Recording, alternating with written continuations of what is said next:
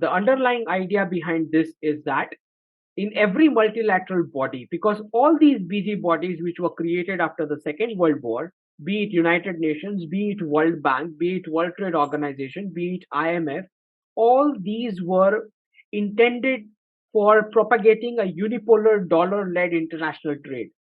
There has never been a fair globalization in this world at this point in time, until this point in time. So all these bodies were propagating a unipolar dollar-led international trade. So India said, no, we are not going to go for multilateral trade pacts because dollar would, get fixed by default in that kind of a setting. And you cannot negotiate with 10, 15, 20 nations and flip out the dollar from the reserve currency status. It is very easy when you have individual bilateral free trade agreements. You can negotiate with individual countries and flip out the transactions out of the dollar, right? So it was India's initiative of leading the de-dollarization process for the world. Russia and China had no clue what's going on. After that, we had this entire BRICS currency format discussion which started, wherein now in the August summit this year in Africa, they are going to discuss the format of how the new currency formula is going to work out. And as long as we can see the kind of movements that we see, it's not a surprise that all of a sudden countries have started finding out mines, because we are moving in a world of a pegged currency, a currency which is pegged by commodities, gold, silver, this kind of mines, lithium reserves. So all the commodities are going to be covered in that particular basket. Let's see what kind of formula is generated by the participant nations of the BRICS Plus. But basically, this is why the mines are suddenly being found out in all nations. There just came news about Iran finding out lithium reserves.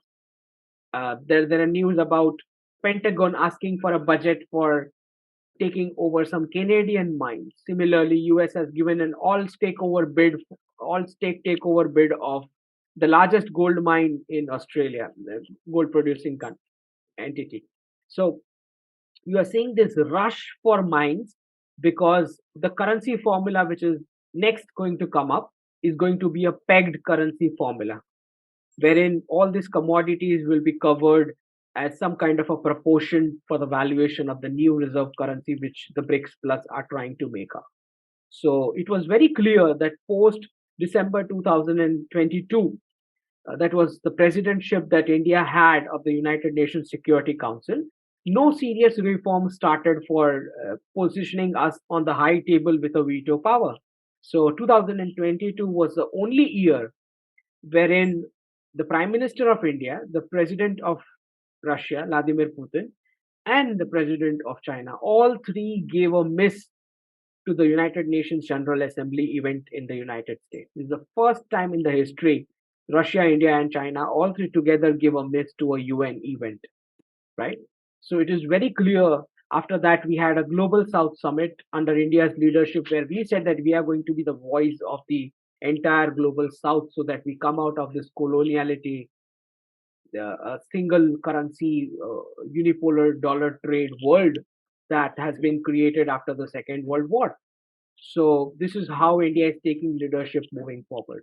So de-dollarization is equal to de-radicalization and is also equal to demissionarization, because once we move to the pegged currency world, what is going to happen is no more endless printing of currency in the West, which means no more supplies to the missionary activities of this endless printing of euro and the dollar.